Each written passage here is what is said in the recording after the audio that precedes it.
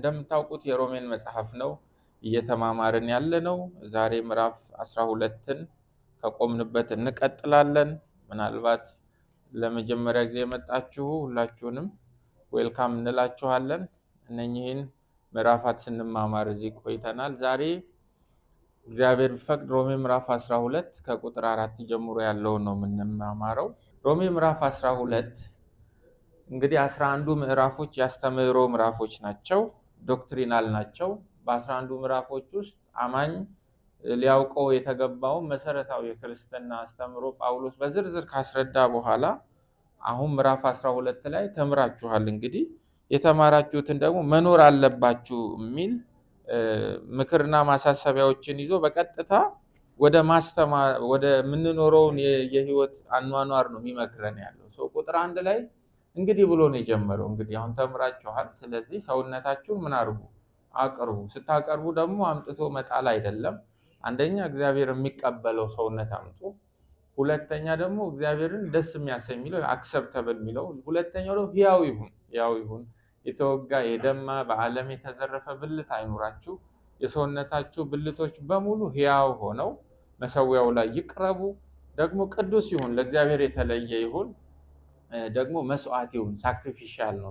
ራስን ሁለንተና ለእግዚአብሔር መስጠት ሳክሪፊሻል ነው፣ መስዋዕታዊ ነው። ያንን ደግሞ እንድታረጉ የሚረዳችሁ ጸጋ አለ፣ እንዲያድርጉ ነው የሚለው ቁጥር 1 ላይ። ቁጥር 2 ላይ ደግሞ ዓለምን በቃ አትምሰሉ፣ ከዓለም ጋር ኮንፎርም አታድርጉ።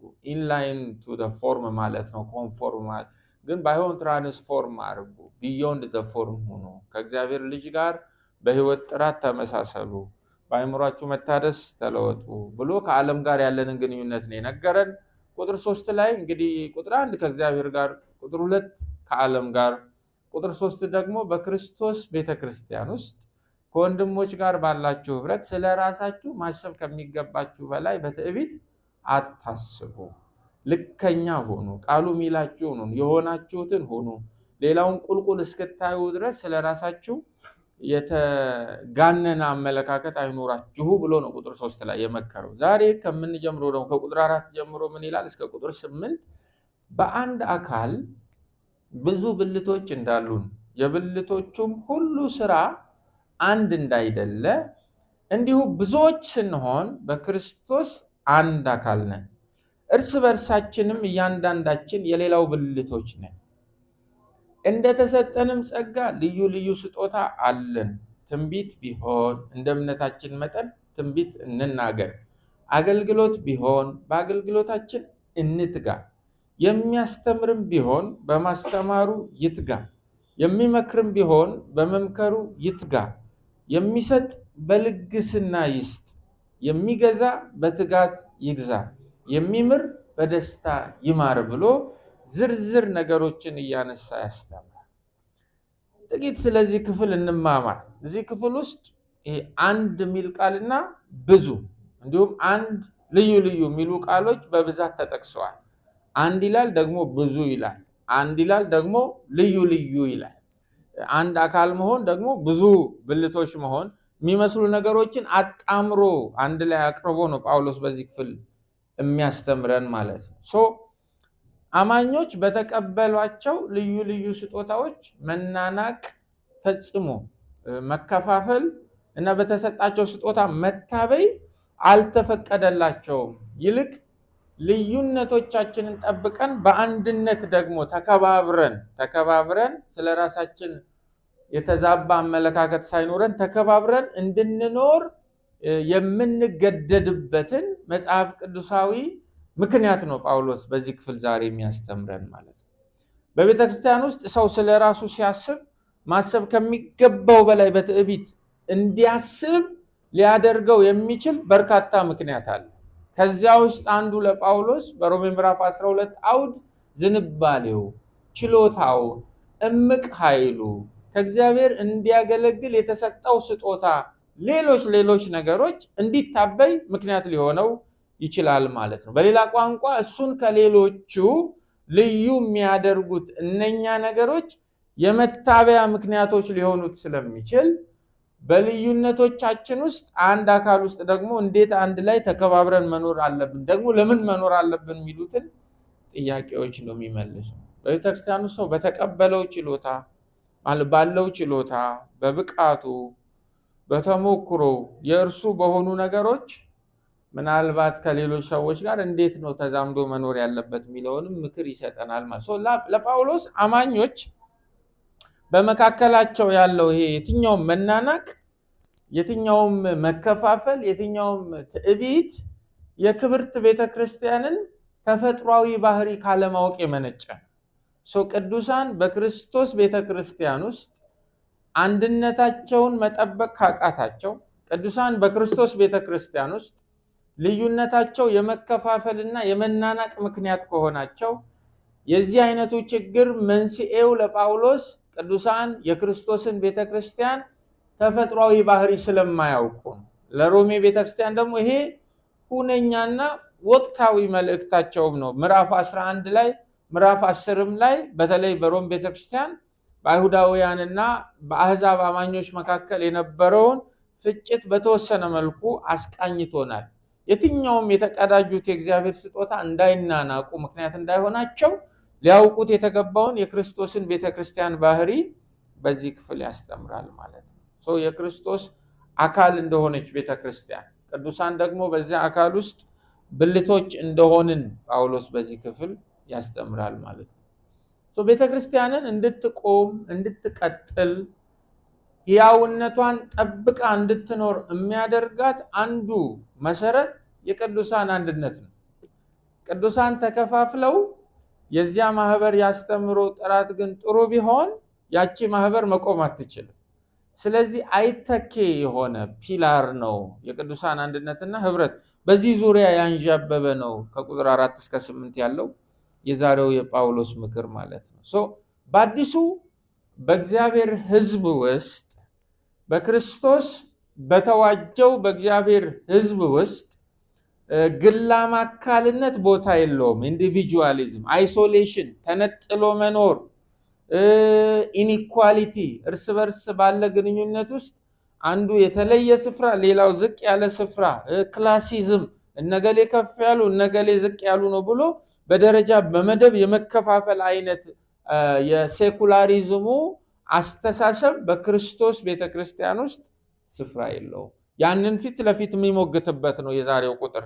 ዮሐንስ ወንጌል ምዕራፍ 17 ቁጥር 21 ላይ መድኃኒታችን የጸለየው አንድ ጸሎት አለ። ይህም አባት ሆይ ይላል፣ አንተ በእኔ እኔም በአንተ እንዳለሁ ሁሉም አንድ እንዲሆኑ እንዲሁም አንተ እኔን እንደላከኝ ዓለም ያምን ዘንድ እነርሱም በእኛ እንዲሆኑ ነው ብሎ ጸሎቱን ያቀርባል።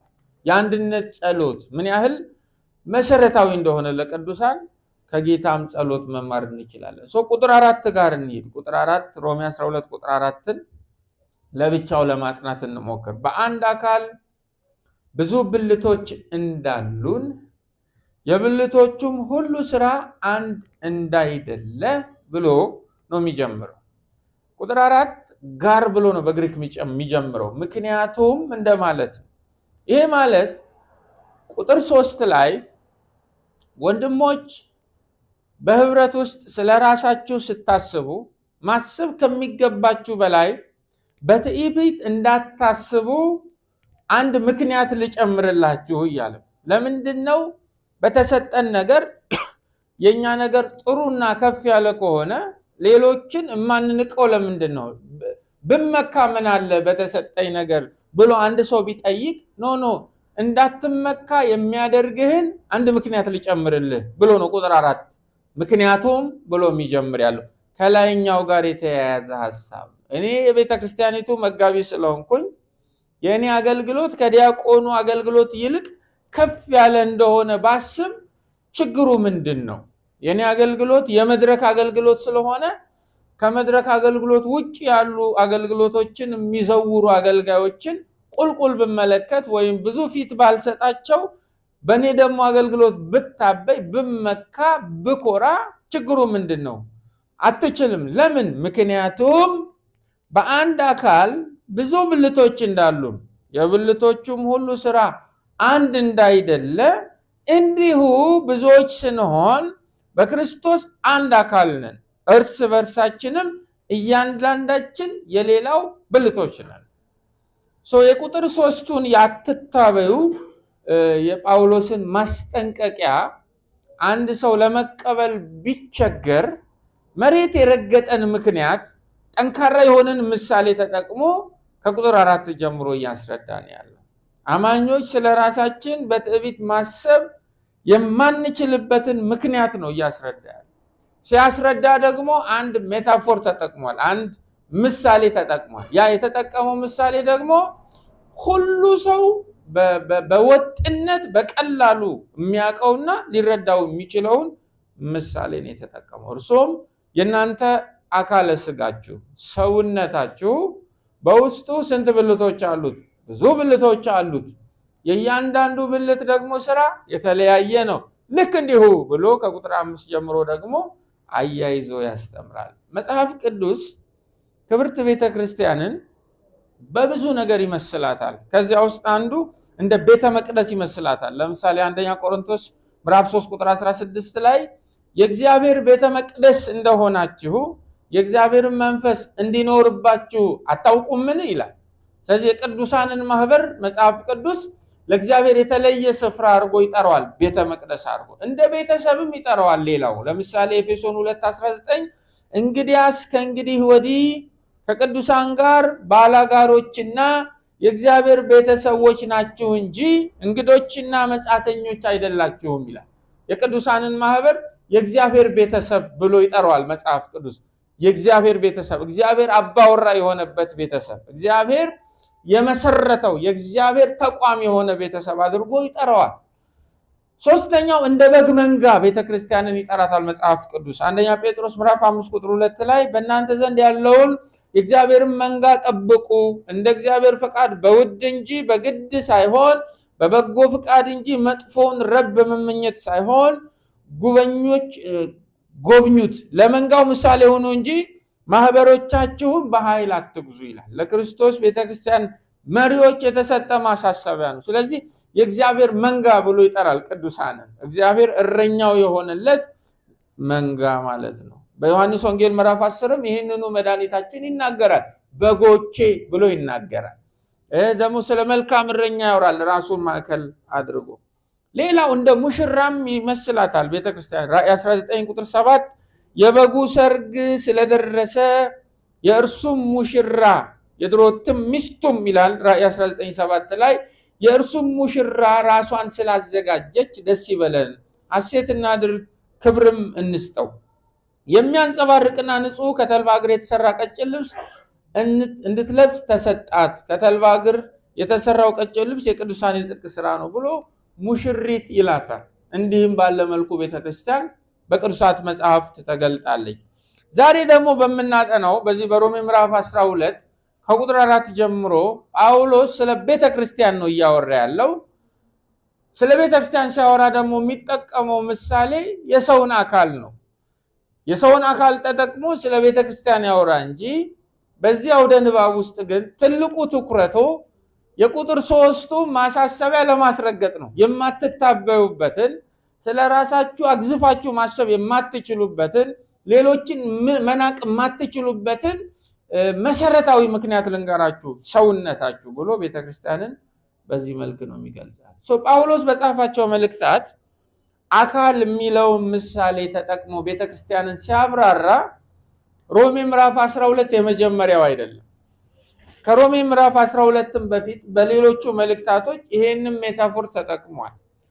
በሁለት መልኩ ነው ግን የሚጠቀመው። አንደኛው ለዩኒቨርሳል ቸርች፣ ለዚች ለማትታየዋ ዓለም አቀፋዊት ለሆነች ለምትነጠቀዋ በነገድ በቋንቋ በጂኦግራፊ ባውንድድ ያልሆነችዋን ቤተክርስቲያን እያሰበ አካል የሚለውን ሜታፎር ይጠቀማል። ለምሳሌ ኤፌሶን 1:22 ላይ ሁሉንም ከእግሩ በታች አስገዛለት፣ ከሁሉ በላይም ራስ እንዲሆን ለቤተክርስቲያን ሰጠው፣ እርሷም አካሉና ሁሉም በሁሉ የሚሞላ የእርሱ ሙላቱ ናት ይላል። ስለዚህችን ዩኒቨርሳል ቸርች እያሰበ የክርስቶስ አካል ናት፣ የክርስቶስ ሙላቱ ናት ብሎ ይናገራል። አንዳንድ ቦታ ደግሞ አካል የሚለውን ሜታፎር ለአጥቢያ ቤተክርስቲያን ይጠቀማል። ለዚህ በቦታ ለምትታወቀው በስም ለምትጠራው ቅዱሳን ሳምንታዊ ወራዊ መርሃ ግብር አውጥተው ለሚገናኙባት ለሎካል ቸርች አካል የሚለውን ቃል ተጠቅሞ ያስተምራል። ለምሳሌ አንደኛ ቆሮንቶስ ምዕራፍ 12 ቁጥር 27 ላይ እናንተም የክርስቶስ አካል ናችሁ እያንዳንዳችሁም ብልቶች ናችሁ ይላል። በሮሜ ምዕራፍ 12 ላይ አካል የሚለውን ምሳሌ ጳውሎስ ተጠቅሞ ስለ ቤተክርስቲያን ሲያስተምር ኮንቴክስቱ ዩኒቨርሳል ቸርች አይደለም፣ እንደ ኤፌሶኑ ኮንቴክስቱ ሎካል ቸርች ነው። በሮም ከተማ ላሉ አብያተ ክርስቲያናት የተጻፈ ነው። እርስ በርሳችሁ ባላችሁ ግንኙነት ስለ ክርስቶስ ቤተክርስቲያን ልታውቁት የሚገባው ልንገራችሁ፣ እንዳትታበዩ፣ ምናልባት ከናንተ ታናሽ የሆነውን ከናንተ ታላቅ እንደሆነ አድርጋችሁ እንድታስቡ የሚረዳችሁን ፈጽሞ ልትቃወሙትና ልትቋቋሙት የማትችሉት አንድ እውነታ አለ ስለ ክርስቶስ ቤተክርስቲያን ብሎ ነው ያስተማረ። ኮንቴክስታችን አካል የሚለው የሎካል ቸርችን ስለሆነ ለኛ በቀጥታ አውርደን የምንጠቀመውን ነው የሚነግረን ያለው። በአንድ አካል ብሎ ነው የሚጀምረው። ስንት ብልቶች አሉ? ብዙ ብልቶች እንዳሉን ኦብቪየስሊ ይህን ታውቃላችሁ። አካለ ሰውነታችሁ ስታስቡ በውስጡ ያለው አንድ ሳይሆን ብዙ ብልት እንደሆነ በሰውነታችሁ ታውቃላችሁ። ይሄ ብቻ ደግሞ አይደለም፣ የብልቶቹም ሁሉ ስራ አንድ እንዳይደለ ታውቃላችሁ። አንድ አይነት ስራ አይሰራም ሁሉም ብልት ብሎ ነው የሚናገረው። በግሪክ ሶማ አካል፣ ሜሎስ ብልት ብሎ ሲናገር የሰውን አካልና በሰው አካል ውስጥ ያሉ ብልቶችን ነው ጳውሎስ እያስተማረ። በሌላ ቋንቋ አናቶሚካል ኢላስትሬሽን ነው እየተጠቀመ ያለው። ሰው አካል አለው። ስለ ሰው አካል ስናስብ በብልቶቹ መካከል ስላሉት ግንኙነቶች ስናጠና ብዙ ልንወስድ የምንችለው ምክርና ትምህርት አለ ነው ጳውሎስ እያለን ያለው። በተለይ ደግሞ ከብዙዎቻችን ይልቅ በሕክምና ሙያ የተሰማሩ ወንድሞቻችን እህቶቻችን ቁጥር 4ን ቁጥር 5ን ይበልጥ የሚረዱት ይመስለኛል። በጣም ስለ አናቶሚ ስለ ፊዚዮሎጂ ስለሆነ በሰው አካል ውስጥ ያሉ ብልቶች እርስ በርሳቸው ያላቸውን ተያያዥነት፣ አንዱ ለሌላው ሌሎቹ ለአንዱ ምን ማለት እንደሆኑ በዝርዝር የሚያስረዳበት ስለሆነ በደንብ የሚገባቸው ይመስለኛል። ስለ አካልና ስለ ብልቶች ካስተማረ በኋላ ቁጥር 5 ላይ ይመጣና እንዲሁም ብሎ ነው የሚጀምረው። እንዲሁም እኛ ይላል በክርስቶስ አንድ አካል ነን ይላል። የቁጥር 5 እኛም በተመለከተ የተሰጠው ምክር እንዲገባን የቁጥር 4 የአካልና የብልቶች ምሳሌ በተወሰነ መልኩ ሊገባን ግዴታ ነው ማለት ነው። እያንዳንዳችን በአንዱ አካላችን ብዙ ብልቶች እንዳሉን ይላል አዲስ ሸመደኛ ትርጉም። በሰው አካል ውስጥ ያሉ ብዙ ብልቶች የተለየ የሚያደርጋቸው ልዩ ባህሪያቶች አሏቸው። ከዚያ ውስጥ አንዱ ግንኙነታቸው ሕያው ነው። ሕያው ነው ግንኙነት፣ ሊቪንግ ሪሌሽንሽፕ ነው ያላቸው። የኮንትራት ግንኙነት የላቸው። እስከዚህ ጊዜ የሚል ዘላለማዊ የሆነ በጣም ቋሚ የሆነ ዘላቂ የሆነ ግን ደግሞ ሕያው የሆነ ግንኙነት ነው። ይሄ ሕያው የሚለው ቃል ጥሩ ነው። ለምሳሌ መኪና ብዙ ፓርቶች አሉት አይደለም? ስፔር የሚባለው ብዙ ስፔሮች አሉ። እርስ በርስ ስለሚገናኙ ነው መኪናው ከቆመበት ወደፊት የሚሄደው። ያ ግንኙነት ግን ሕያው አይደለም። በቁልፍ የሚነሳ በቁልፍ የሚጠፋ ግንኙነት ነው። ስለዚህ ሕይወት ያለውን ነገር ነው እንደ ምሳሌ ጳውሎስ የተጠቀመው። ግንኙነታቸው ሕያው ነው የሚለው ቃል በጣም ሊሰመርበት ይገባል። ምክንያቱም የተጋመዱበት የተያያዙባቸው ነገሮች ሕይወት የተሸከሙ ነገሮች ስለሆኑ በደም ቧንቧ፣ በነርቭ ስርዓት፣ በሌሎችም እርስ በርስ የተያያዙ ስለሆነ ግንኙነታቸው ዝም ብሎ ወቅታዊ ጊዜያዊ ለአንድ ጊዜ የሚሆን ሳይሆን መውጫ የሌለው ቋሚ የሆነ ግን ደግሞ ሕያው የሆነ ግንኙነት ነው። ሌላው ግንኙነታቸው አንዱ ከሌላው ተነጥሎ ብቻውን የሚሰራበትን እድል የማይፈጥር ግንኙነት ነው። ሰምታችሁኛል? አንዱ ከሌላው ተነጥሎ ወይም አንዱ ከሌሎቹ ተነጥሎ ወይም ሌሎቹ ከአንዱ ተነጥለው ብቻቸውን ኦፕሬት ማድረግ የሚችሉበትን ፕሪቪሌጅ የማይሰጥ እድል የማይሰጥ ግንኙነት። ስለዚህ አንዱ ከሌለ ሌሎቹ እንደማይኖሩ፣ ሌሎቹ ከሌሉ አንዱ እንደማይኖር አይነት እርስ በርስ የተጋመዱ በጣም ኢንተርዲፔንደንት የሆኑ ናቸው። ሌላው ሶስተኛው ልዩ ባህሪያቸው ብዙ ሊስት አውት ማድረግ እንችላለን።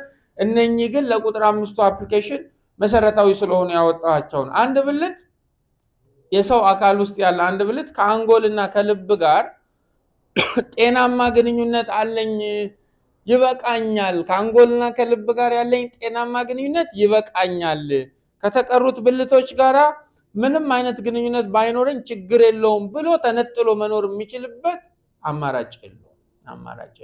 በጣም ጠንካራ ግንኙነት ቆላስይስ ምዕራፍ 2 ቁጥር 19 ላይ አካል ሁሉ ይላል በጅማትና በማሰሪያ ምግብን እየተቀበለ እየተጋጠመም እግዚአብሔር በሚሰጠው ማደግ ያድጋል ይላል።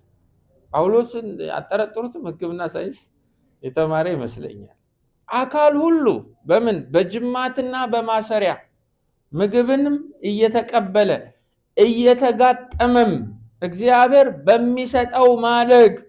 ሁልጊዜ የሚያሳድግ ማን ነው? እግዚአብሔር ነው። በሚሰጠው ማደግ ያድጋል ይላል። እዚህ ጋር ቁጥር 4 ላይ ብዙ ተብሎ የተገለጸው ምንድን ነው? አካል ነው? ብልት ነው? ብዙ የተባለው ብልት ነው። ጥሩ ነው። ይሄንንም ዝም ብሎ ሃይላይት ማድረግ ክርስቶስ 9 አካል የለውም ማለት ነው አይደል? አሁን በእናንተ ስም የሚጠራ 9 ሰውነት አለ። ተፈራ የሚባል 8 ሰውነት የለም አይደለም? በአንድ ስም የሚጠራ አንድ ሰውነት ነው ያለው፣ አንድ አካል።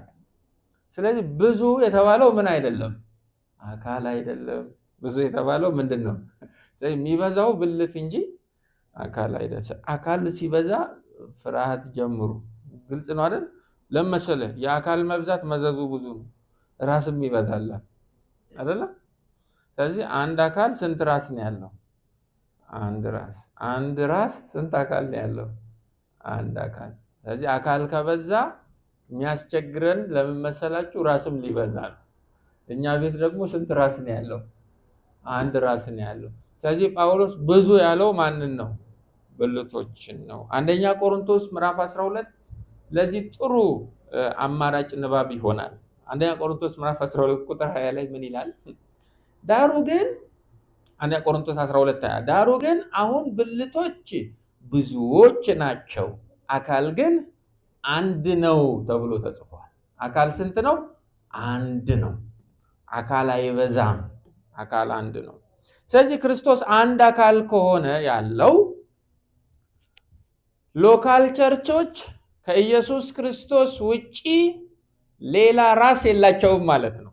አካል ነን ካሉ ወይም የአካልነትን ኳሊፊኬሽን እናሟላለን ካሉ ራሳቸው ማለት ነው ኢየሱስ ክርስቶስ። በሌላ ቋንቋ ክርስቶስ ራስ ያልሆነበት ሎካል ቸርች የክርስቶስ አካል አይደለም። ራሱን አካል ነኝ ብሎ ሊጠራ ይችላል። ራሱ ግን ኢየሱስ ካልሆነ የኢየሱስ አካል አይደለም ብለን በድፍረት እንናገራለን። ሌላው አንድ ብልት ይዞ አካል ይኮናል እንዴ? በአንድ ብልት አካል ይኮናል? በአይን ብቻ አካል አይኮንም አይደለም? አንደኛ ቆሮንቶስ 12:14 አካል ብዙ ብልቶች እንጂ አንድ ብልት አይደለምና ተብሎ ተጽፏል። አካል ስንት ብልቶች? ብዙ። ብዙ የሚለው ቃል ብዙ እንድንወያይ ያደርገናል። ለዛ ነው ዘመናችንን ትንሽ የሚቃኝ ቃል። በአንድ ብልት ላይ የቆሙ አካሎች የበዙበት ዘመን አይደለም? ወይም አቻ መጠሪያው ዋን ማን ቸርች የሚባለው ማለት ነው። ቸርቹ ላይ ዋን ማን ያለው የቸርችቷ ታፔላውም ላይ እንደው እኮ ጉባኤውም ቢነሳ ችግር የለውም። አንዳንድ ለምን ሁሉ ነገር ለብቻቸው እንደሚሆኑ አልፎ ነው ቢያንስ 3 ዲያቆን ወይ 2 ወርሺፕ ሊደር ቢቆም ጥሩ። ብቻቸውን ነው ባይዘው ራሳችሁን ስታመልኩ ነው እንዲህ አይነት ነገር የሚመጣው።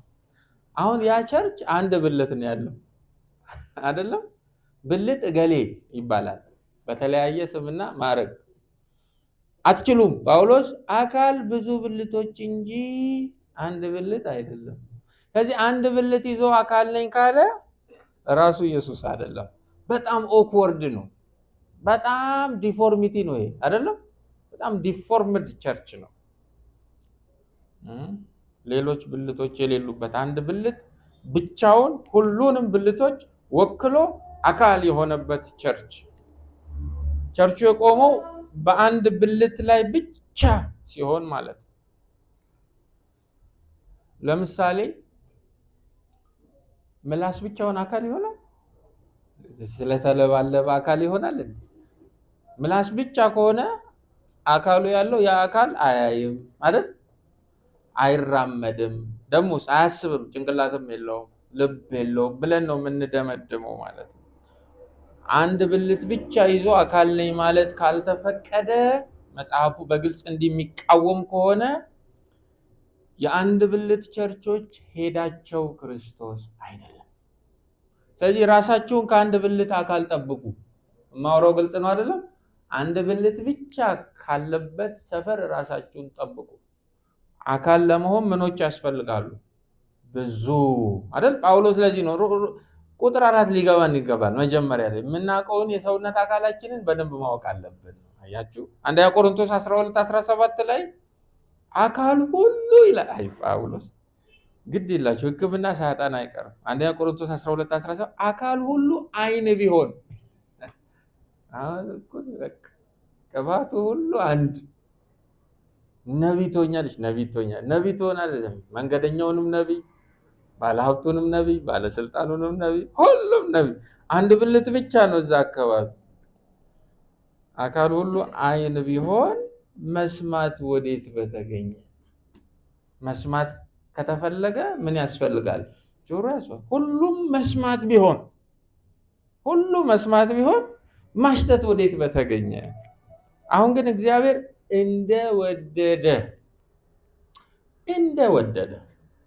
እንደወደደ በዚህ በኩልና ማንም ሳይለው ማንም እንደወደደ ብልቶችን እያንዳንዳቸው በአካል አድርጓል።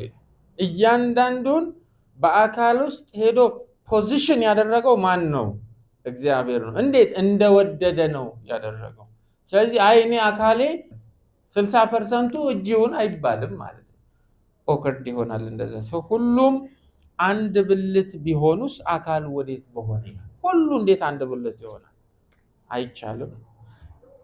ይሄ ልብ ሊባል ይገባል ስለ አካል ስለ ብልት ስናጠና። ሌላው አንድ አካል ብዙ ብልቶች እንጂ ብዙ ራሶች የሉትም። አሁን እኮ በእኛ ዘመን በአካል ውስጥ ከብልት ይልቅ የበዛው ራስ ነኝ ባዩ ሁሉ ሰው ራስ መሆን ይፈልጋል፣ ይሽቀዳደማል ራስ። አንድ አካል ሊኖረው የሚችለው አንድ ራስ ነው። አንድ ራስ ሊኖረው የሚችለው ስንት አካል? አንድ። ብልቶች ሌላው ብልቶች አድገው የአካል ራስ አይሆኑም አይደለም? አንዳንድ ብልት በእድገት ይቀየራል እንዴ? አሁን ኩላሊት ብቅ ብሎ እኔ ይኸው ለረጅም ዓመት ውሃ ሳጣራ ነበር በቃኝ ይሄ ስራ አይን መሆን ፈልጋለሁ ይባላል እንዴ? አንዱ ኮንፈረንስ ጋብዘነው ተማሪዎች እያለን ድሮ ስንጠራው ወንጌላዊ ነበር። መጣና በዛ ዓመት በተጋበዘበት ቀን መድረክ ላይ ቆሞ እኔ አሁን ሐዋርያ ሆኛለሁ አለ። ቤተክርስቲያን በአውቶሪቲዋ ሐዋርያ አድርጋኛለች። ድሮ ምን ነበርኩ? ወንጌላዊ ነበርኩ። በጊዜ ሂደት መሻሻል እየመጣ ነው ታውቃላችሁ። ብልት በሂደት አድጎ ሌላ ብልት ይሆናል። እስቲ ኩላሊቱ ጆሮ የሆነ ሰው በጣም ኦክወርድ ነው አይደለም? አይመችም፣ የማይሆን ነገር ነው። ስለዚህ ብልት ደግሞ በተለይ አድጎ ጭንቅላት አይሆንም። ወደ ጭንቅላት የሚደረግ የብልቶች ሩጫ በኢየሱስ ስም የተመታ ይሁን። ወደ ጭንቅላት አይሮጡም። አሁን እግር ከ5 ዓመት በኋላ ብሬን ሆናለሁ አይልም እኮ አይደለም? ጭንቅላት ስንት ነው? አንድ ነው። የክርስቶስ ደግሞ ቤተክርስቲያን ራሷ ማን ነው? ኢየሱስ ክርስቶስ ይባላል። ቆላስይስ ምዕራፍ 1 ቁጥር 18 እርሱም የአካሉ ማለት የቤተክርስቲያን ራስ ነው ይላል ጳውሎስ። የአካሉ ስል ማለትም የሰውነቱማ ራስ ነው ኢየሱስ አይደለም እንዴ? ማለት የናንተ ራስ ኢየሱስ ክርስቶስ። ኤፌሶን 1:22 ሁሉንም ከእግሩ በታች አስገዛለት ከሁሉ በላይም ራስ እንዲሆን ለቤተክርስቲያን ሰጠው። ኤፌሶን 5:23 ክርስቶስ ደግሞ የቤተ ክርስቲያን ራስ እንደሆነ እርሱም አካሉን የሚያድን እንደሆነ ብሎ ይናገራል። ስለዚህ የክብርት ቤተ ክርስቲያን ራስ ማን ነው?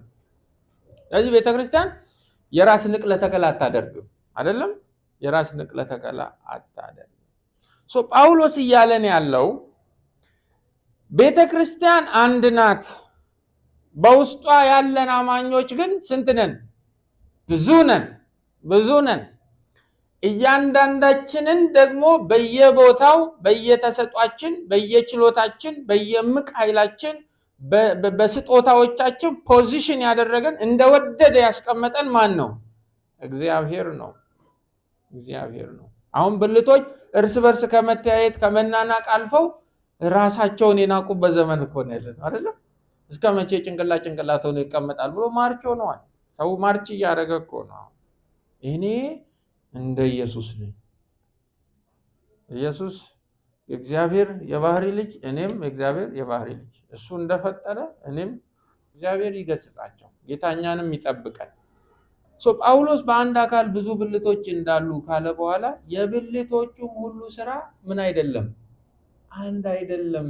ለምን መናናቅ እንደሌለባችሁ ልንገራችሁ እያለ ነው። ለምን መቀናናት እንደሌለባችሁ ልንገራችሁ። አንደኛ ብዙ ናችሁ፣ ሁለተኛ ደግሞ ስራችሁ ምን አይደለም? አንድ አይደለም። እሱን ደግሞ ለማየት እንሞክር። የብልቶቹም ሁሉ ስራ አንድ እንዳይደለም። አንድ አካል ውስጥ አንድ ሆነናል በክርስቶስ ማለት አንድ አይነቶች ነን ማለት ነው እንዴ? አይደለም። አያችሁ አምላካችን ምን ያህል ዕውቀቱ ምጡቅ፣ ጥበቡ ምጡቅ የሆነ አምላክ እንደሆነ ያሉንን ዲፍረንሶችን ቶለሬት የሚያደርግ አምላክ፣ ልዩነቶቻችንን የሚቀበል አምላክ ነው የቅዱሳን አምላክ። ይሄን በደንብ ማጥናት አለብን። እያለን ያለው ምንም እንኳ በአንድ አካል ውስጥ ስለሆናችሁ አንድነት ቢኖራችሁም አንድ አይነቶች ግን አይደላችሁም። ዓይን እና እግር ለብቻቸው ልዩነት አላቸው። የማይመሳሰሉበት የተለያዩ የሆኑበት በቂ ምክንያት አለ። በተናጥል ካጠነናቸው ካየናቸው ልዩ ናቸው። አንድነትን ያገኙት ምን ውስጥ ነው? አካል ውስጥ ነው። ለብቻቸው በግላቸው ግን እያንዳንዳቸው የራሳቸው ዲስቲንጉሽንግ ማርክ አላቸው፣ ልዩ የሆነ ባህሪ አላቸው። ዓይን የራሱ ስራ አለው፣ እግርም የራሱ ስራ አለው። ዓይን ብድግ ብሎ ሁሉም ብልቶች እንደኔ ካልሆኑ ማለት አይችልም። አንዳንድ ሰው ቸርቹ ሁሉ አባላት ሁሉ እንደሱ እንዲሆኑ ይፈልጋል። ዕውቀቱም እንደሱ፣ ጠባዩም እንደሱ፣ የአምልኮ ስታይሉም እንደሱ፣ የማስተማር ስታይሉም እንደሱ፣ ድሬሲንግ ኮዱም እንደሱ፣ መውጣት መግባቱ እንደሱ፣ ከሰው ጋር ያለው ሁሉ እንደሱ እንዲሆኑ ይፈልጋል። አሁን ይሄ አይነቱ ብልት በቃ የቀድሞ አይነት ዋንማን ሊመጣ ልዩነት አለን። አሜን አለን። ዲፍረንሶቻችንን ቶለሬት አድርገን መቀበል ከቸገረን ቁጥር 3 ላይ ትንሽ ጊዜ ወስደን መቆየት አለብን። መሰረታዊው ምክንያቱ ስለ ራሳችን ማሰብ ከሚገባም በላይ በትዕቢት ስለምናስብ ነው። ይሄን ነው ጳውሎስ የሚነግረን። ቤተክርስቲያን እንደተከረከመ ጽድ አይደለችም አይደል? አንዳንድ ቤተክርስቲያን አካሄዱ ዝንባሌው እንደዚያ ነው። እንደተከረከመ ጽድ በቃ ሁሉ ሰው ዩኒፎርም ሆኖ እሱ ፋብሪካ ነው ወይ ሳሙና ፋብሪካ የሆነ ፋብሪካ ነው ተመሳሳይ ነገር ሊኖረው የሚችለው። አስተዳደጋችን ይለያያል፣ እድሜያችን ይለያያል፣ የመረዳት ክህሎታችን ይለያያል፣ ዝንባሌዎቻችን ይለያያሉ፣ ምርጫዎቻችን ይለያያል፣ ባህሪያችን ቴምፕራመንታችን ይለያያል፣ ፐርሰናሊቲ ታይፓችን አንዳችን ከሌላው አንድ አይነት አይደለም። አንዳንዶቻችንን የሚያስደስተን ሌሎቻችንን ያበሳጨናል።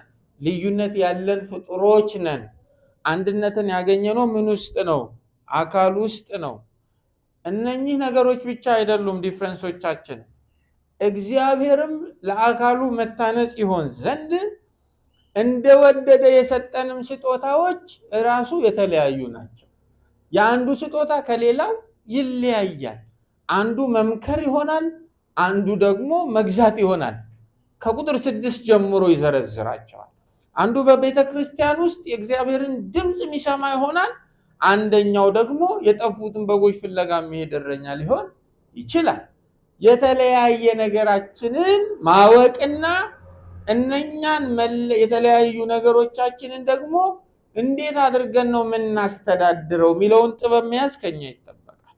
ራእይ ምዕራፍ 5 ቁጥር 9 ላይ እንዲህም እያሉ አዲስ መዝሙር ዘመሩ፣ መጽሐፉን ልትወስድ ማኅተሞቹንም ልትፈታ ይገባሃል፣ ምክንያቱም ታርደሃል፣ በደምህም ከነገድ ሁሉ፣ ከቋንቋ ሁሉ፣ ከወገን ሁሉ፣ ከሕዝብ ሁሉ ሰዎችን ለእግዚአብሔር ዋጅተሃል። እግዚአብሔር ከአንድ ሰፈር አይደለም የጠራን። እግዚአብሔር ከአንድ ምንጭ አይደለም ያመጣን። ከተለያየ አስተዳደግ፣ ከተለያየ ክህሎት፣ ከተለያየ ዝንባሌ፣ ከተለያየ ነገድ፣ ከተለያየ ብሔር፣ ከተለያየ ፖለቲካ አቋም፣ ከተለያየ አመጣጥ ነው ያመጣን ማለት ነው። እንዲህ ነው የዋጀው። ይሄንን እውነት አይደፈጥጥም መጽሐፍ ቅዱስ። እነዚህን ልዩነቶቻችንን ረግጦ ፈጽሞ ሪያሊስቲክ የሆነን አንድነት ለማምጣትም አይታገልም መጽሐፍ ቅዱስ። በክርስቶስ አንድ ሆነናል ማለት እነዚህ ልዩነቶች የሉንም ማለት አይደለም። እግዚአብሔር የሚቀበላቸው ዲፍረንሶች አሉ።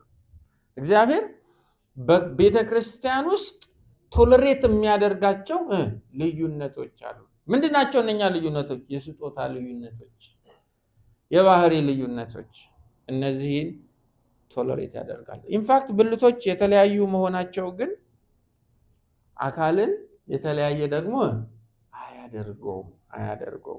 አካል ይልቁኑ ተጠብቆ በህይወት እንዲኖር የሚያደርገው በውስጡ ብዙ ብልቶች የተባሉት ልዩነቶቻቸውን ጠብቀው እያንዳንዳቸው በተሰየሙበት ስፍራ ለአካሉ መታነጽ የሚጥሩ ጥረት ሲኖር ነው። ስለዚህ በክርስቶስ ቤተክርስቲያን ውስጥ ሰው ሁሉ እናንተን እንዲመስል፣ ሰው ሁሉ እንደናንተ እንዲያስብ፣ ሰው ሁሉ እንደናንተ እንዲሆን የማስገደድ ተፈጥሯዊም መጽሐፍ ቅዱሳዊ ምክንያት የላቸው። አትችሉም። ለምን? እናንተ አካል አይደላቸው። እነኛ ሰዎች መጥተው እናንተን አስቀድሞ የአካሉ ተወካይ ሊያደርጓችሁ ስለማይችሉ ብልቶች አንድ አይነት ስራ የላቸውም ይላል። አንዱ ልዩነታችን ይሄ ነው። ብዙ መሆናችን አንድ አይነት ስራ የላቸውም። እነዚህም ብልቶች አዲስ ወደኛ ትርጉም አንድ አይነት ተግባር እንደሌላቸው ሁሉ ይላል። ብልቶች ተመሳሳይ ተግባር የላቸው። አንዱ ልዩነታቸው የሥራ ልዩነት ነው። ይህም በራሳችን ሰውነት ውስጥ ባሉ ብልቶች መማር እንችላለን። የእግር ስራ መራመድ ነው። የጆሮ ስራ መስማት ነው። የአይን ስራ ማየት ነው። የአፍንጫ ስራ ማሽተት ነው። ቅርጻቸው፣ አንዳንድ ነገራቸው የተለያየ መሆኑ ብቻ ሳይሆን ለአካሉ መታነጽ እያንዳንዳቸው በበኩላቸው የሚሰሩትም ስራ ያንዱ ከሌላው ምን የሆነ ነው? የተለያየ ነው። አሁን ይሄንን መለያየት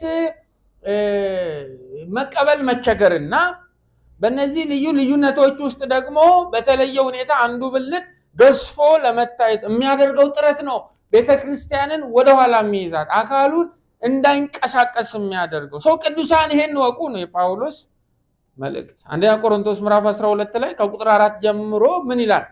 ስጦታዎች ልዩ ልዩ ሲሆኑ ይላል። ልዩ ሲሆኑ መንፈስ ግን ስንት ነው? አንድ ነው። አገልግሎትም ልዩ ሲሆን ጌታ ግን ስንት ነው? አንድ ነው። አሰራርም ልዩ ሲሆን ሁሉም በሁሉ የሚሰራው ግን ያው አንድ እግዚአብሔር መንፈስ ቅዱስን፣ እግዚአብሔር ወልድን፣ እግዚአብሔር አብን ጠቅሶ ጳውሎስ በክብርት ቤተክርስቲያን ውስጥ አንድ ናቸው። ልክ እንዲሁ ደግሞ በእነዚህ የሥላሴ አካላት ሁላችን አንድ ነን። ልዩ ነገሮች ግን አሉ። አሰራር የተለያየ፣ አሰራር ይለያያል። እኔን አሁን ዘምር ካላችሁን ችግር ነው፣ ይለያያል። ሁሉ በቦታው ሲሆን ነው አይደለም? ሁሉ በቦታው ሲሆን ሁሉ ችግሩ ማይዘምር ሰው ዝማሬ ላይ አስተያየት ሲሰጥ ነው።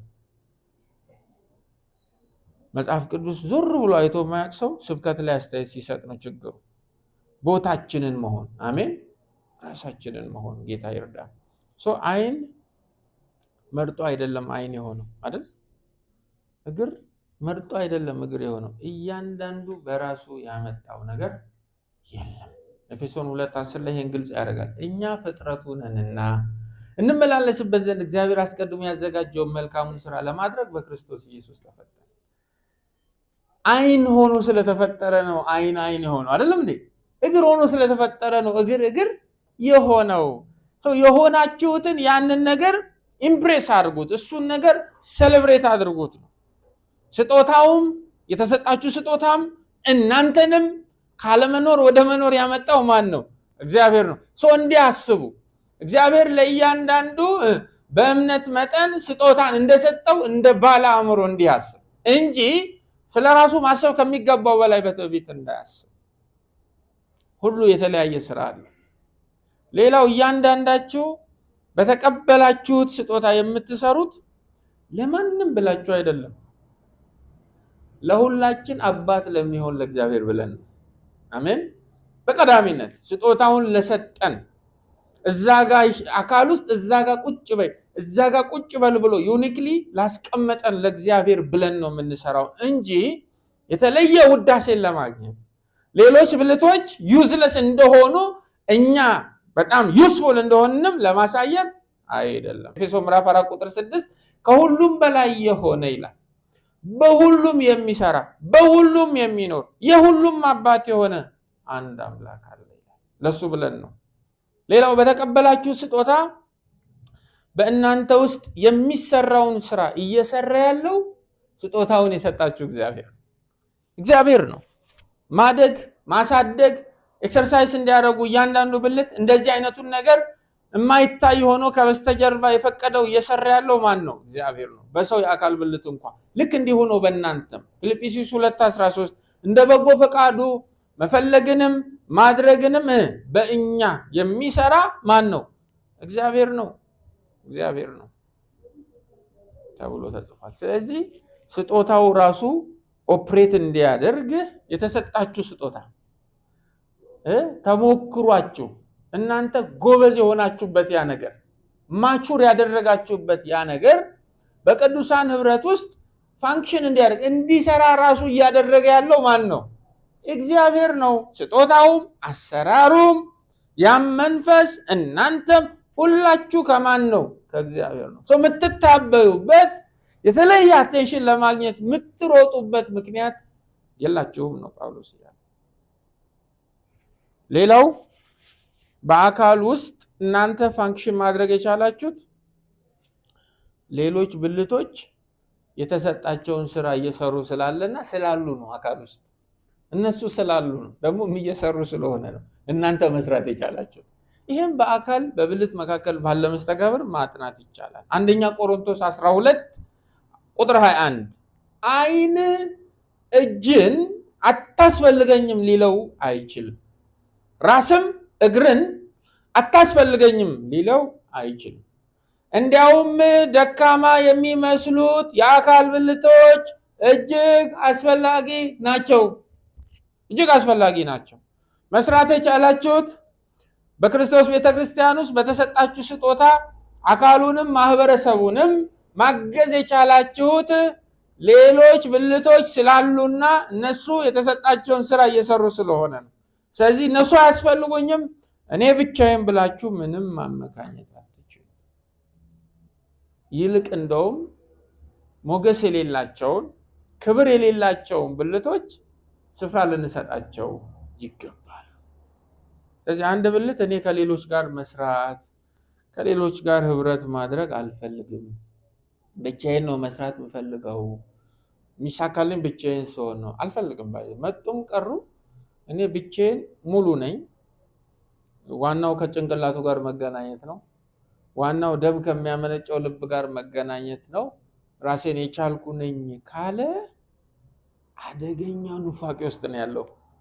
ቁጥር 3 ለሱ ተጽፏል። ስለራሱ ማሰብ ከሚገባው በላይ ያስባል። እንዴት አድርጎ አካልም መሆን ይችላል አልፎ አልፎ እያለ ያስባል ማለት አትችሉ። አንድ ብልት ከሌሎች ጋር ሳይያያዝ ብቻውን በፈለገው መንገድና ጊዜ ከሰራ የመታመም ምልክት ነው። አሁን እኔ አይኔ ዝም ብሎ ቢጠቅስ ምንድነው የምታረጉኝ? ዋው ሳሚ ምን አሞታል አይደል የምትሉት? ብቻችሁን ከተንቀሳቀሳችሁ የጤንነት ምልክት አይደለም፣ እክል ገጥሟቸዋል። ቤተክርስቲያን የመዳን ኢኩዌሽናችሁ ውስጥ አለች። የድነት ማዕቀፍ ውስጥ ህብረት አለ። እንደውም ለዚህ ዮሐንስ ጥሩ ነው። እግዚአብሔርን ታውቃለህ? ጥሩ። ወንድምህንስ? አይ ብዙ አላውቀውም። በቃ አሳባይ በእግዚአብሔርን አታውቀውም ነው የሚለው ዮሐንስ። አታውቀውም። እግዚአብሔርን ትወዳለህ? አዎ እወዳለሁ። ወንድምህንስ? በቃ እግዚአብሔርን አትወደውም። ወደ ጎን እንዴት ነን? ቸርች ተለምነን ነው ወይ የምንመጣው? እስኬጁላችን ውስጥ አለች ወይ የክርስቶስ ቤተክርስቲያን? ቅዱሳን ወንድሞች አሉ ወይ አይምሯችን ውስጥ እቅዳችን ውስጥ? የሉም። አልፎ አልፎ ነው ትዝ የሚሉን።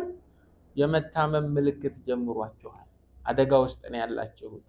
አደጋ ውስጥ ነው ያላችሁት። ለአካሉ የተሰጠው በረከት ሚስ ታደርጋላችሁ ማለት ጌታ ይርዳል። ስለዚህ በክርስቶስ ማህበር ውስጥ ያለ ሌላው ህይወት የለንም። ብልቶች የሥራ ድርሻችሁን ስትወጡ አካል ውስጥ መኖራችሁን ትመሰክራላችሁ። አይን ሲያይ አይደል? ጆሮ ሲሰማ፣ እግር ሲራመድ፣ ሲንቀሳቀስ፣ ሲሰራ አካል ውስጥ እንዳለ ማሳያው ያ ነው። ይሄ ልብ ሊባል ይገባል ማለት ነው። ልብ ሊባል ይገባል። ብልቶች እርስ በርስ ያላቸውን ተያያዥነት ሲያውቁ ብቻ ነው በአካል ውስጥ ያላቸው ቦታ የሚገባቸው። ቤተክርስቲያን እንድትገባችሁ መጀመሪያ ወንድሞች ይግቧችሁ። አንዳንድ ሰው ጥሩ ነገር ቤተክርስቲያን አለው፣ በጣም ኤክሌዚዮሎጂካል ኦሪየንቴሽኑ ጥሩ ነው፣ ከወንድሞች ጋር ግን ህይወት የለው። ቤተክርስቲያን ምናጠናት ብቻ አይደለችም፣ ምንኖራትም ናት። ጌታ ደግሞ ይርዳል። ኤኒዌይስ ወደ ቁጥር 5 እንምጣ። እንዲሁ ይላል አይደል? አሁን በአንድ አካል ውስጥ ስንት ብልቶች? ብዙ ብልቶች እንዳሉ፣ እያንዳንዱ ብልት ደግሞ በስራ አንድ እንዳልሆነ ቅድም ስለ አካል ስለ ብልት ብዙ አወራን አይደለም? ልክ እንዲሁ ላይክዋይስ the same manner ልክ እንዲሁ ብዙዎች ስንሆን በክርስቶስ አንድ አካል ነን ይላል። ልክ እንዲሁ ብዙዎች ነን ግን በክርስቶስ አንድ አካል ነን። የቁጥር 4ቱን ይሄ አናቶሚካል ኢላስትሬሽን ከቤተ ክርስቲያን ጋር እያገናኘ ነው ጳውሎስ። ሲያገናኘው ግን ሁለት አካላትን ይጠቅሳል። አንድ እኛ የሚለው ትምህርተ ክርስቶስ መግባት አለበት። ሁለት ክርስቶስ ቁጥር 5 ላይ እኛ ብዙዎች ስንሆን በክርስቶስ አንድ አካል ነን። ስለኛ ያወራል ብዙዎች እያለ ደግሞ ስለ ክርስቶስ አካል ያወራል። አንድ አካል ነን የሚለውን ቃል ለማየት እንሞክር። ጳውሎስ አካል ብሎ እየጠራ ያለው እነንትናን አይደለም። እዛ ጋር ሶስታችሁ ሁለታችሁ ከፊት ያላችሁ ከኋላ ያላችሁ ብሎ አይደለም። አካል የሚለው ማንን ነው? ክርስቶስን ነው። ግልጽ ነው አይደለም? ማናችንም አካል ስለ አይደለም። ማንም ብልት በራሱ ምን አይደለም ብለናል? አካል አይደለም። በሌላ ቋንቋ ብልቶች ሁሉ ቦታቸውን ይዘው ሲጋጠሙ አካል እንደሚሆኑ እኛም አንድ ላይ ስንመጣ ምን እንሆናለን ነው? አካል እንሆናለን። አካል ተሰብስበን አካል ልንሆንም ላንሆንም እንችላለን። ተሰብስበን እንደ ብልት አክት ካላደረግን፣ ተሰብስበን ቦታችንን ፈልገን ቦታችንን ካልያዝን፣ ተሰብስበን በያዝንበት ቦታ ደግሞ ለአካሉ መታነጽ ከኛ እንደ ብልት የሚጠበቀውን ኮንትሪቢዩት ካላደረግን ተሰብስበናል ግን ምን አይደለንም? አካል አይደለም። ስለዚህ ጋዘርድ ቸርች ልንሆን እንችላለን። እንዲሁ የተሰበሰበ ልንሆን እንችላለን። በክርስቶስ ሚል ቃል አለ። አንድ አካል የሆነው ተስማምተን እኛ ይመቸናል ብለን በመረጥነው ቦታ አይደለም። ወይም ብልቶች ተስማምተው ለነሱም የሆነውን አካል መገንባት አይችሉም። በክርስቶስ ኢን ክራይስት። ስለዚህ እኛ ተሰብስበን አንድ አካል የምንሆነው በክርስቶስ ኢየሱስ ውስጥ ብቻ ነው። በሌላ ጉዳይ ላይ ተሰብስበን ተገጣጥመን አካል ነን ማለት አንችልም። ዋቲፍ ፖለቲካ ላይስ ቢሆን የተሰበሰበ፣ ዋቲፍ ጥቅማ ጥቅሞቻችን ላይ ቢሆንስ የተሰበሰበ። ስለዚህ አካል ለመሆን መገናኘት ያለብን ከየትም እንምጣ ከየትም መገናኘት ያለብን ማ ውስጥ ነው? ኢየሱስ ክርስቶስ ውስጥ። ስለዚህ አንድ አካልነታችን ይሄን በጽፉ ጥሩ ነው። አንድ አካልነታችን የተመሰረተው ክርስቶስ ላይ ብቻ ነው። ክርስቶስ ላይ ብቻ ነው።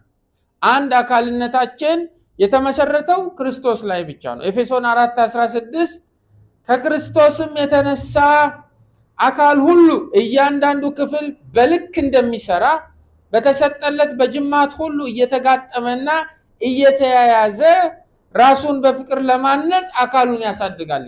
ስለዚህ ክርስቶስ ነው መሰረታችን። አንድ አካልነታችንን ስናጠና መሰረታችን ራሳችን የተያያዝንበት ያ ቬዝል ኢየሱስ ክርስቶስ ነው። ኤፌሶን 1:23 እርሷም ሁሉን ነገር በሁሉም ረገድ የሚሞላው የእርሱ ሙላት የሆነች አካሉ ናት ይላል። የአካልነት መሰረታችን ኢየሱስ ነው። ሰዎች ከተለያየ ስፍራ መጥተው እነሱን ያስማማ አንድ ነገር ላይ አካል ሊሆኑ ይችላሉ። አማኞች ግን በዚያ በሰማያዊ ጥሪ ከተለያየ ቦታ ከነገድ ከቋንቋ ተጠርተን አንድነታችንን ያገኘነው ኢየሱስ ክርስቶስ ላይ። ብልትነታችን ለማን ነው? ለክርስቶስ ነው። ለክርስቶስ ነው። ይሄ ሊሰመርበት ይገባል።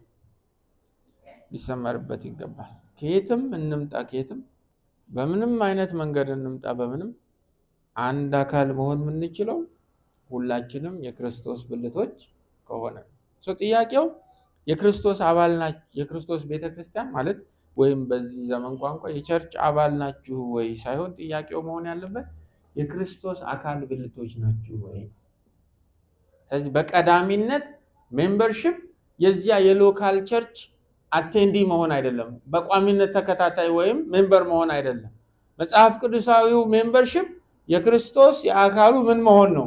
ብልት መሆን። ራሳችን ክርስቶስ፣ ይሄ አካል የኢየሱስ፣ ብልቶቹ የኢየሱስ። እኔ እንደመጣው የመጡ ማረገውን ሁሉ ማረገው ለኢየሱስ፣ ምሰራውን ሁሉ ምሰራው ለኢየሱስ። አንደኛ ቆሮንቶስ 12:12 አካልም አንድ እንደሆነ ብዙም ብልቶች እንዳሉበት አካልም ስንት እንደሆነ አንድ እንደሆነ።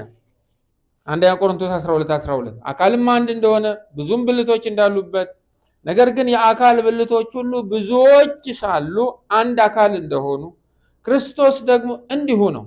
አይሁድ ብንሆን፣ የግሪክ ሰዎችም ብንሆን፣ ባሪያዎችም ብንሆን፣ ጨዋዎችም ብንሆን እኛ ሁላችን በአንድ መንፈስ አንድ አካል እንድንሆን ተጠምቀናልና ሁላችንም አንዱን መንፈስ ጠጥተናል ይላል። አሁን ያንን አናቶሚካል ኢላስትሬሽን ከክርስቶስ ጋር እያያያዘ በዚህ አንድ ሆነናል፣ በዚያ ተጋምደናል ይላል። ዮሐንስ 15:5 እኔ የወይን ግንድ ነኝ፣ እናንተ ቅርንጫፎች ናችሁ፣ ያለኔ ምንም ልታደርጉ አትችሉም። ብልትነታችን ለማን ነው? ለክርስቶስ ነው። የአካልነት ደግሞ መሰረታችንም ራሱም ዋልታውም ማገሩም ማን ነው? ኢየሱስ ክርስቶስ ነው። ይሄን ካለ በኋላ እንግዲህ ብዙዎች ሆነን ሳለ በክርስቶስ አንድ አካል ነን ካለ በኋላ ቁጥር 5 ላይ ሌላ ጠንካራ ነገር ደግሞ ይናገራል። እያንዳንዳችንን የሚመለከት ነገር ቁጥር 5 ላይ ምን ይላል?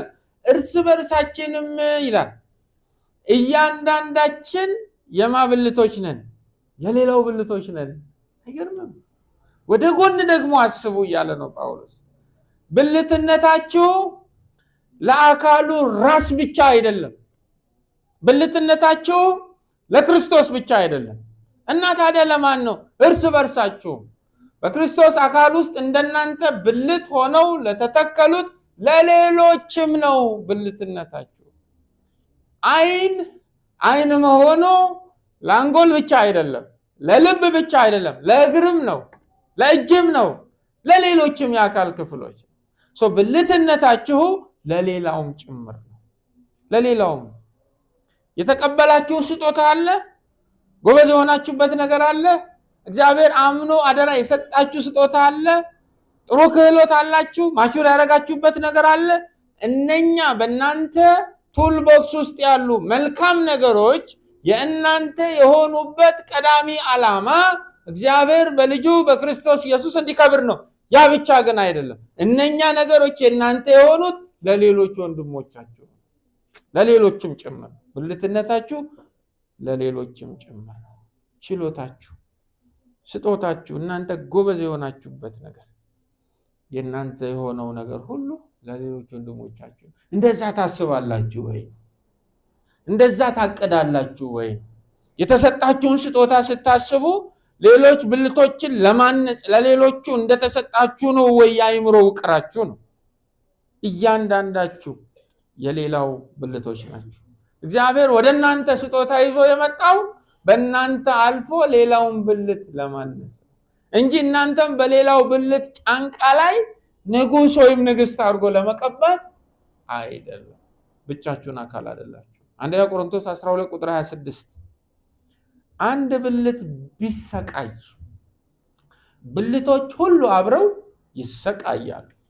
አንድ ብልት ቢከበር ሌሎቹም ብልቶች አብረው ደስ ይላቸዋል። እንግዲህ እናንተም የክርስቶስ አካል ናችሁ፣ እያንዳንዳችሁም የአካሉ ብልቶች